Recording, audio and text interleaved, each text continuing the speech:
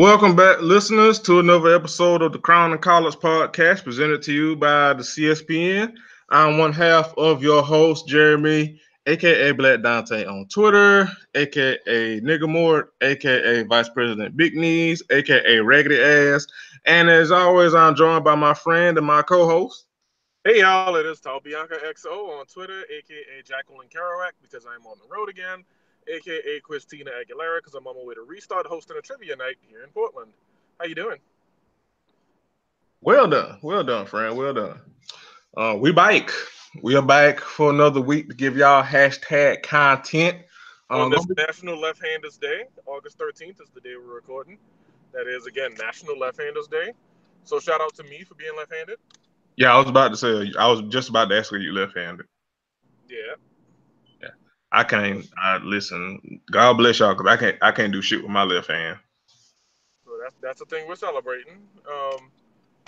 This was not in the show notes, but I also want to bring up that we are celebrating, but not we, or really celebrating for that matter, but an important landmark day in history, August 8th, was the first day that the Cubs played a game at night at home in Wrigley Field.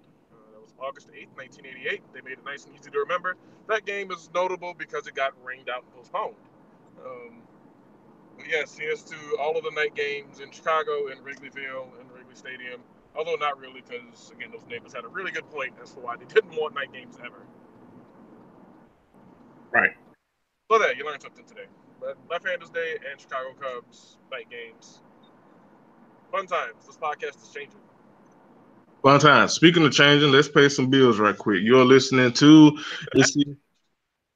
Hey, CSPN production. Like I said, you can go to our website, cspn.us, and click that podcast tab and listen to every episode of Crown and Collards. And if you like what the hell we got to say, you can, however you listen to this podcast or your podcast listening device, you can leave us a rating and a review. 5 stars, please, because we are an excellent podcast giving y'all hashtag content. And if you like our hashtag content and like all the other shows on the CSPN, you can help us out in a major way that's of no extra cost to you by shopping with our sponsors. Go to that Keep Our Podcast free tab and shop with many of our sponsors like Wink Wine Co., Busted Tees, Amazon, Blue Apron. We have a bunch of shit. Audible. We have Kindle. We have a bunch of shit and a bunch of sponsors for you, the listeners. So it and it's no extra cost to you. It just gives me and Don a portion of the brick to keep the lights on around the network because podcasting is not free. Um, and it keeps the shows free, at least on the regular feed, so you won't have to pay to listen to me sound like motor oils, a motor oil shake. Yeah, let's go with that. But if for whatever strange reason you do want to pay to listen to my country ass sound the way I sound, you can mosey on over to our Patreon. Yes, the CSPN has launched a Patreon. We are rolling out new hashtag content. Big things are going on over at the CSPN. You can subscribe to our Patreon and get exclusive bonus content from this show, which will be coming soon, from the Wrestlecast to Ratchet Ramblings, and also our new venture, our friend Candace and her husband Mike, they have started a Not So Newlywed podcast, which will be a podcast about love and marriage and all that good stuff, but it won't just be limited to cishet relationships. It's going to be a very inclusive show. So I'm excited for that. And also big things are going on. Bree, our lovely friend Bree, will be launching a new podcast on the network. I think it's on debut the 16th, if I'm not mistaken. It will be Mama Meets World. It will be a podcast basically about navigating the world as a single black mother and black motherhood. So big things are going on upon the CSPN and a lot of big things behind the paywall. We got some good hashtag content from various sources behind the paywall. So We also have some more blurry shit coming your way. Good friend of mine, Erica, Miss Yummy Dread, on Twitter is bringing the Danny Thug podcast to the Coastal the Podcast Network. That first episode will be airing this Friday, so look out for that. It'll be on the CSPN feed. Um, Still working out the particulars to get the Danny Thug feed, like where you can subscribe to that one independently. But certainly keep an eye out, keep an ear open because Erica is amazing. Erica has done a lot of things for Black nerd culture over the years, including most recently an interview with show favorite Quan Mills. So head on over to fabulizemag.com and check that out. Correct. So big things are going upon the CSPN. Yes. So I hope it's nobody in Jamaica that listen to this shit because my accent is the fuck terrible. It's the fuck terrible. They probably whoop my ass. But anyway, check us out. We got y'all hashtag content for free and behind the paywall. So speaking of content, it's gonna be a short show because Bianca's booked and busy. So we're gonna keep the ball rolling. We're gonna get the hood and Nicolature reviews out the way right now. Do this. And we have this week, Don't Cry, Cheat Back by Lynette King. Lynette King, let me just say now, thank you so much for this title. I laughed so hard, I almost crashed my car. Yes. This title, well done. Holy shit, she got a Don't Cry, Cheat Back too. how much these books cost? This shit is on the holy shit. Hold on, let me make sure. Let me verify this. Oh shit, this shit is free $99. What I'm doing this week. It is free. Yes, both on Kindle. You can get it on Kindle for free $99. I'm reading this week. Fuck what you heard. Both of them. Yes, let me see. We out here reading. Yes, thank you, Lynette King. This title is flawless. This title is absolutely flawless. Hold on, I want to know when did she release this shit? I needs to know before I read the review. I needs to know when was this published. Oh please, don't book Kindle. Don't fail me now. Damn, Lynette got a whole bunch of books. God damn. We might have to do a whole episode about Lynette King now. She got like 7 pages worth of fucking books. God damn. Lynette be. All right, we'll save that for another episode because we're gonna review a lot of her shit one of these days. Yes, I'm gonna say her page. Cause goddamn, she got like 6 pages worth of books. Shit. By the way, Jeremy's Amazon recommendations are here to more fucked. Like he will never be able to. Oh yeah, everything is gone to hell. Yeah, everything is gone to hell. Yeah, it's fine. Everything is gone to hell. It's fine. All right. So, Don't Cry, Cheat Back 1, book 1 of 2. It has 4.5 stars. We've all been in painful situations, just like we have all been cheated on one time or another. Sometimes when it happens, we ask ourselves why our significant other cheated on us. Sometimes we sit around mad at the world until we make up. Sometimes we realize enough is enough and send them packing on their merry little way, but not Tiffany Beaver. After finding out that her longtime boyfriend, James, first of all, James is one of the top 5 ain't shit nigga names ever, cheated on her again for the umpteenth time, she decides to go out and have a little fun herself. What started off as innocent fun turns out to be her cheating on him just like he was cheated on her. Well, I mean, quote unquote, a little fun outside of your significant other is already cheating. But you know what? Go off, Tiffany. Go off.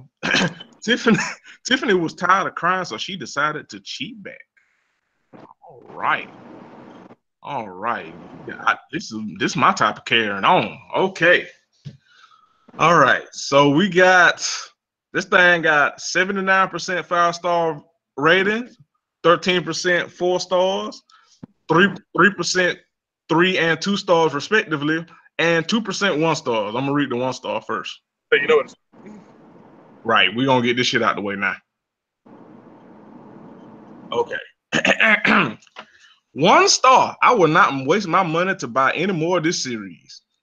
I cannot. Somebody got this before it went for free. Right. I cannot believe that people do live that sort of life with all that drama. I will not waste my money to buy any more in this series. Mm. Well, Personal. right. They big mad. All right. This is a 2-star review. Where's the cheating back? And they spelled cheating wrong. How'd they spell it? Please, I need to know. They spelled it CHEETING. Oh, oh. Right. Right. All right. The title barely goes along with the story. She cheated once, and it wasn't until the end of the book. Based off the title, I would have preferred to see more of Tiffany doing her own thing.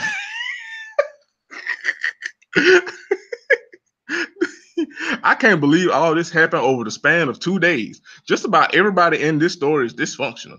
Tiffany is dumb, point blank, period. James has been cheating on her for years, and her excuse for staying with him is that he knows her like no one else does, and she basically doesn't want to open up to anyone else. She even admitted that he can't be faithful, but she's gonna take his side chick, unbeknownst to her, advice and cheat back. I hope karma comes and bites Nicole and James in the ass. Megan's Megan's conniving self too. Nicole cheated on her husband with 2 different men and got pregnant. She finds out he has a secret family and it's the end of her world. She's really the cause of everything. She started a chain reaction with sending that picture. Why did Travis even marry her in the first place if he was still dealing with his baby mama? 2 stars. I think she needs to read part 2 and then go re-review this book because there might be more cheating in part 2. I kind of feel like that anyway. Right. I feel like part one is I feel like that last minute cheat was like the setup for all right, there's about to be some real deal Holyfield cheating in the next book. Right. I feel like it's like an alley. It's like an alley. Book 1 is the alley, and I feel like Tiffany gonna go ham in the book 2. So I mean, you can't rush to judgment. You can't rush to judgment. Right. 3-star review. Just okay. We okay just didn't hold my attention like for it to have more action and drama in it and a little longer. Yes, I read that as is. I don't know what to say. Yeah, I know. All right, that was physically tough. Yeah. All right, 4-star review. Let's see which is the best one. Okay, wow. 4-star review. Awesome book.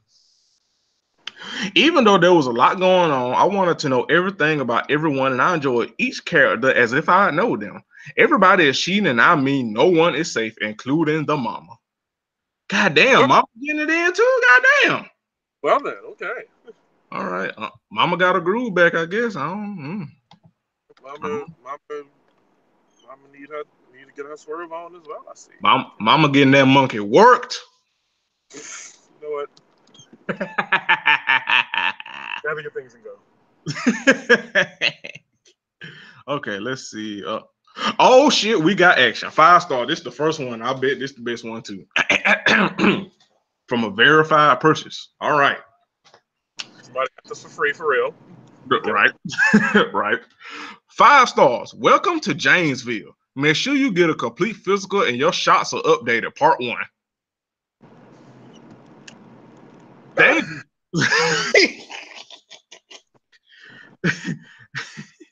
And for the record, listeners, when I amplify my voice, that means whoever wrote this review, the words that I'm reading, he meant this on all caps. So James is all over the place. He has a longtime wifey, quote, who is totally in love with him. Unfortunately, he loves her and lusts others. He has a side piece who's in it for the money, period. She's gotten used to him and really don't want to let it go. Nicole is James' sister-in-law and has been sexting James. Yeah. Now factor in James' mother and his sister, Travis, James' brother, his sisters, and the female April, and you get a hell of a mess that keeps you glued in and glad that they are just fictional characters. If they were real, you wouldn't want to know where they reside. I'm sorry. If they were real, you would want to know where they reside just so you can make sure you're a safe distance from the foolishness. Just when I thought this mess was over, there's part 2. Just give me some time. He gonna come back. He gonna come back and finish this shit. He gonna come back and finish this shit. Holy shit. Doing part 2 next week, by the way. Yes, we will be reading part 2. I've already bookmarked it. So we will be coming back to this. But wow, so shit, this some Game of Thrones type shit from God damn. Oof, Jesus, oof. Well, all right. So that has been Hood Literature Reviews, because I think after that review, we don't need to read nothing else, but we will come back to this because we will be checking out part 2. I already have it saved. We will be checking out part 2. So, oof. All right. Well, then.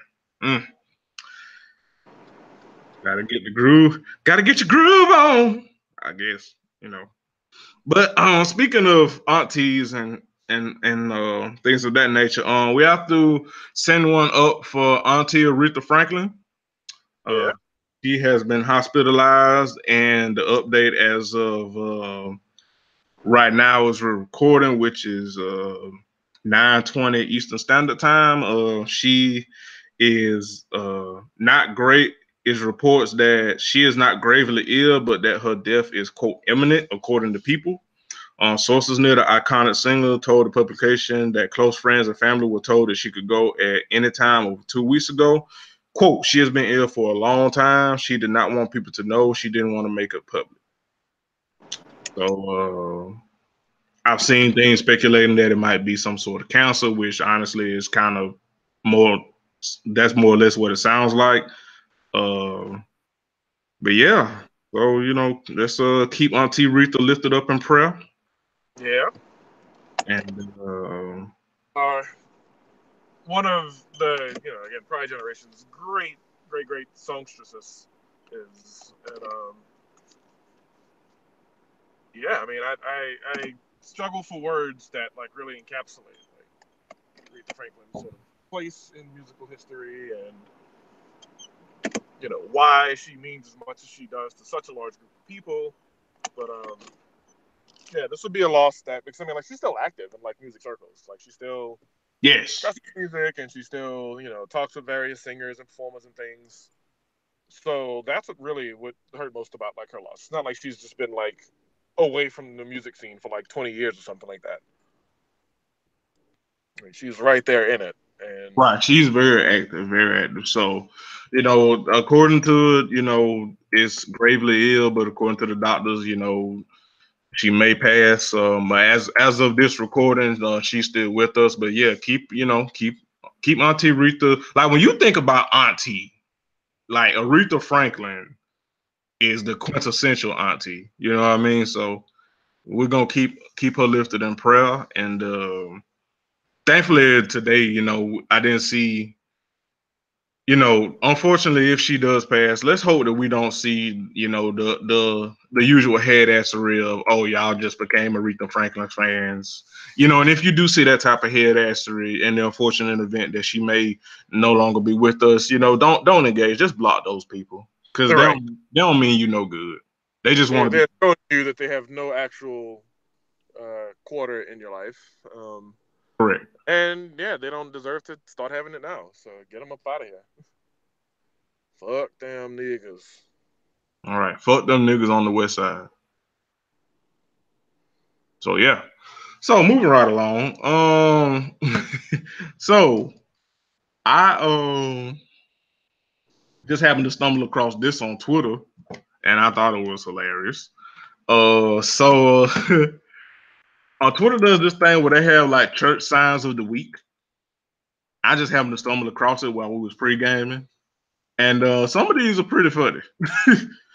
So the first sign they has is it is Hera First Assembly of God. I'm guessing that's the name of the church. Surely not everyone was kung fu fighting. Hmm. You know what? That God, that Mad Lib has popped up so often. Like it's been tweet decked a few times. It's been made into the church sign generator meme. It's gotten a weird second life because it's not that good a joke. I'm just gonna go ahead and say. Continue. Yeah, yeah, yeah. I won't hold you. I won't hold Like, you. think about it. It's not that good of a joke. It'd be like a kid saying, like, let's play the pick a card game, and they present you the cards all face up. And so you pull a card and they go, oh, I saw you pull the seven of spades. You must have pulled the seven of spades. Yep. The joke's not that good, y'all. It's not. It's not. All right. Wait. Waybash eight. Waybash Eve Presbyterian Church. I'm probably said that all kind of wrong, but let me through it. You smell casually dressed, always welcome. It's the church sign. Hmm. A little Jesus a day keeps the preacher away. That's Jesus, it. Jesus is the rizzle for the sizzle. Oh my god.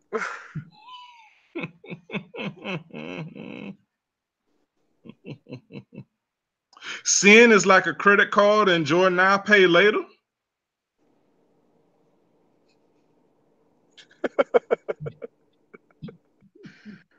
Party in hell canceled due to fire.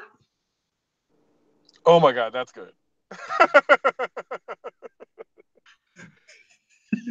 Life is a one-time offer, use it well.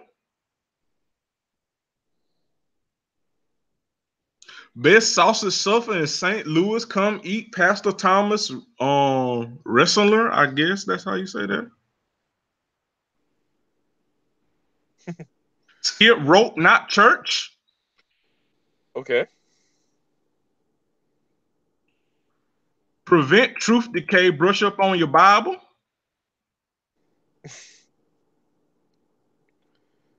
If God seems far away, guess who moved?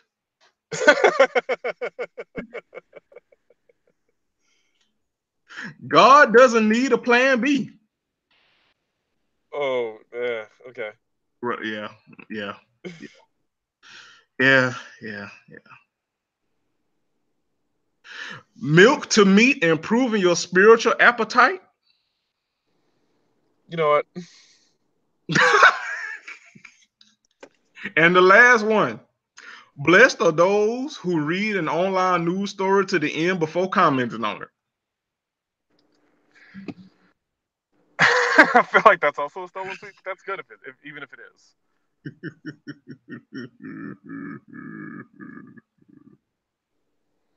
All right, some highlights. Moving back to Aretha Franklin briefly here. She was the first woman inducted into the Rock and Roll Hall of Fame. Um, that was dedicated in '86. She was inducted in '87, so right amongst the first classes there. Um, she has, I believe, 3 songs that appear on the Rock and Roll Hall of Fame's Songs That Shaped Rock and Roll playlist. I definitely know that God was the song. Respect is definitely on it. Oops, trying to pull that list up now because this is a thing I actually made not that long ago. But yeah, her career has spanned decades. Like she was sick in 2010, and we thought we were gonna lose her then. We thought she was gonna be like right after like the Michael Jackson loss on Twitter. It was gonna be her, and then I'm sure when we lost in 2011. But no, she recovered and went on to record an album in 2011. Actually, Mm-hmm. so we have music from Aretha Franklin like in this decade as well as like the 5 before it. All right, so unfortunately, if we do lose her, that'll be a tremendous loss because everybody, if you don't, you should love Auntie Rita. You should. All right, here's those 4 songs that she's got: "Chain of Fools," "Never Loved a Man the Way That I Love You," "You Make Me Feel Like a Natural Woman," and "Respect." Now, all of those songs come in at under 3 minutes long, which just go to show like how strong of a singer she was, how strong of a performer she was, because she didn't need this to be like a 5.5 minute long, like endless, like set of runs and extended music breaks and shit like that to make good songs. She got in, she recorded the song, it was awesome. She got out. Mm-hmm. And so, if there's a lesson to be taken here, I mean, let it not be something like, "Oh, these singers don't blah blah blah blah blah" these days, but like make a good, quick song that is awesome. Because like a lot of the songs when I was putting this thing together, like I'm just scrolling around now, like just above Aretha Franklin's, the Four Tops, both of their songs checking in under 3 minutes. The Four Seasons, both of their songs check in at under 2.5 minutes. I forgot that Ready or Not by Fugees was on this list, but that's when it's under 4 minutes. But I mean, if you're not doing something like a Funkadelic or like one of those kind of groups, like keep it Keep it tight. Keep it short. Keep it simple. Mm-hmm. Yep. Keep it right. Keep it tight. Indeed. Mm-hmm. Yes, keep Aretha Franklin lifted. Um, and yes, do go back and revisit her music, and not just like the stuff we all know. Visit her deeper cuts too. She's got some jams. Yes. Yes. So,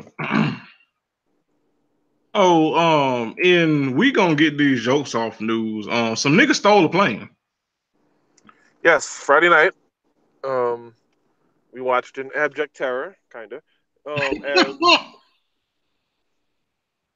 a man working at the SeaTac airport decided that he wanted to fly a plane. And, this gentleman worked at the airport in some capacity that I don't immediately remember, and he got on a plane and he flew it. Now we now know the name of the airline worker who stole a commercial airliner and crashed it just outside Seattle. His name is Richard Russell. He was 29 years old. He worked for Horizon Air for the last 3 or so years before stealing this plane last night, taking off, and then doing these maneuvers. Thankfully, officials say the plane was empty at the time, but Russell flew it for more than an hour, doing flips and so-called barrel rolls before finally crashing onto a wooded island. Crews are looking for that black box now, but we do have chilling audio from air traffic control. Here are some of Russell's last words. I got a lot of people that care about me, and it's going to disappoint them to hear that I did this. I would like to apologize to each and every one of them. Just a broken guy. Got a few screws loose, I guess. Never really knew. Okay. Okay. So I can't lie. The fact that this motherfucker stole this plane and was doing barrel rolls like we playing fucking Star Fox 64 got me screaming internally. When I saw that, I was like, "This isn't a real story, is it?" Because like that was the first headline I saw. I was working door at an event, and that was the first news of any sort that I saw, and I was like, "No fucking way." No way. A barrel roll, like, okay, we're gonna be stereotypes, really? Like, no, this is something for an upcoming movie or something. No. Ain't no way this real. Then it breaks on the news like, yeah, this is actually real. Yep. And yeah, no, they Portland Airport sent 2 F-15s after him, not really to shoot him down, but unless like he flew over like a major metro area and possibly would have caused a situation there. But they really flew with him to like find a place for him to land and kind of lead him to it. And he decided he didn't want to do that.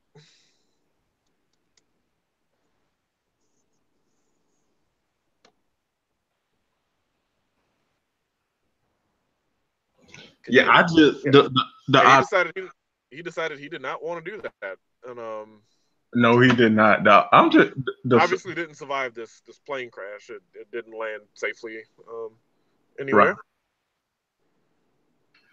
Right. Which just the fact that somebody could just steal a plane. Like, how you steal a whole ass plane? A plane? How the fuck you a plane bandit in 2018? How? Like, do you? Hey, like on the I mean, like let's like if he had to survive, like how you just put that on your resume? Like, yeah, I stole a plane. Plane jacking 101. Mm-hmm. Why'd you leave your last job? Well, there's a thing you need to know about me. I violated Federal Aviation Administration guidelines and took a whole fucking plane for a ride. Like you took a plane? Yeah, I did. You took a whole ass plane, and you just flew. Like you just flew. Okay, swell. This interview's over. Thanks for your time. That's man. Don't call us. We'll call you. Do not pass go. Do not collect $200. Thank you for your service. Please. Thank you so much. Goodbye. Goodbye. Still a whole goddamn plane. Just imagine you working at TSA, then you get imagine you working at TSA and then you get an alert that somebody done stole a fucking plane. I go the fuck home. Yeah, pretty much. I'd be like, I mean, he stole y'all plane. He didn't steal my plane. And obviously, if he stole y'all plane, this is somebody I don't need to be involved with. So I'm gonna take my ass home. Y'all can handle it. And when it's safe to come back to work, y'all let me know. But I'm taking leave. Cause fuck that shit. Right. Fuck that and fuck all that shit. Of course, he wasn't the only one in the news who's been caught stealing a plane.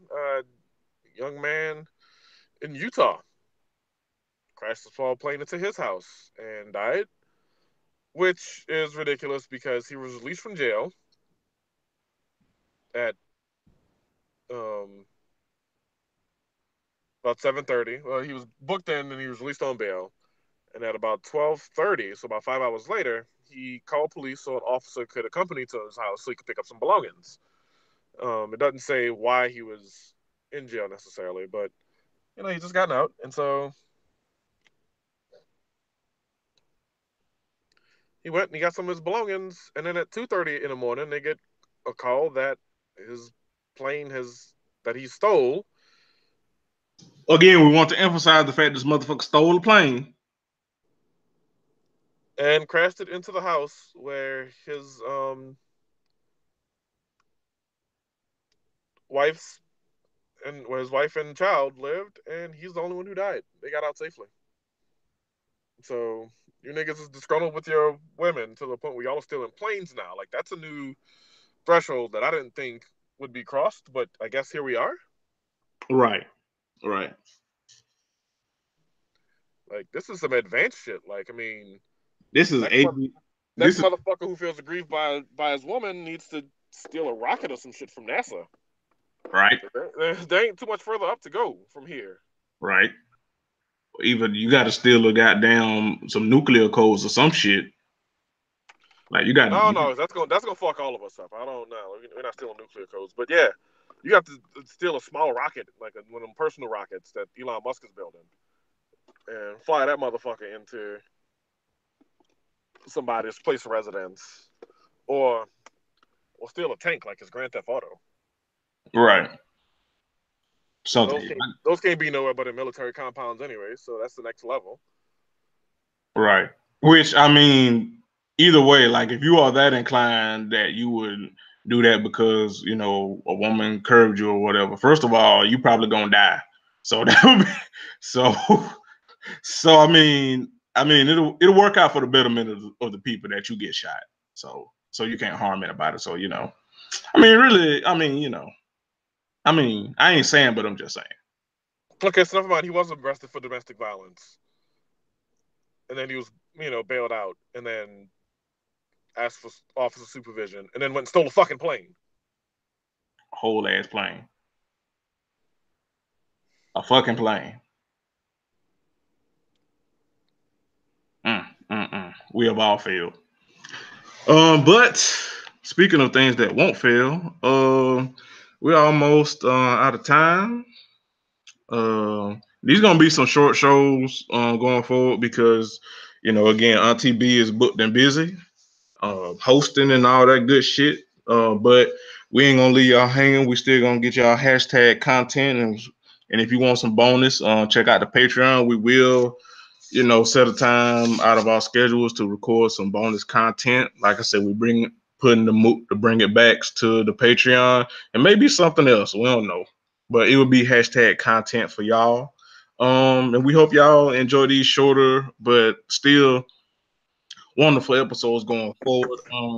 Auntie B, any more announcements for the folks before we let you go and get up out of here? I guess in closing, I'd like to say a hearty fuck you to the coaches of the University of Maryland football team, soon to be former head coaches.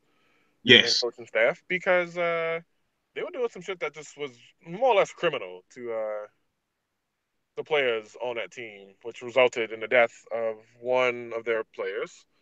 And I just don't know how you go into some parent's home and say, we're going to take care of your boy, when you failed at that at the ultimate level because you decided that you needed to humiliate him instead of merely work him out.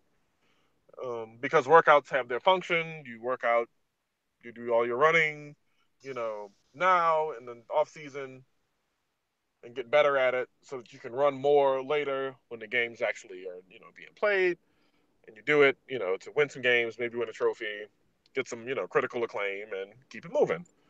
But like these coaches had kids like eating candy bars while like the other players worked out, had them running, denying them water, shit like that. Like you can't do that to people. So yes,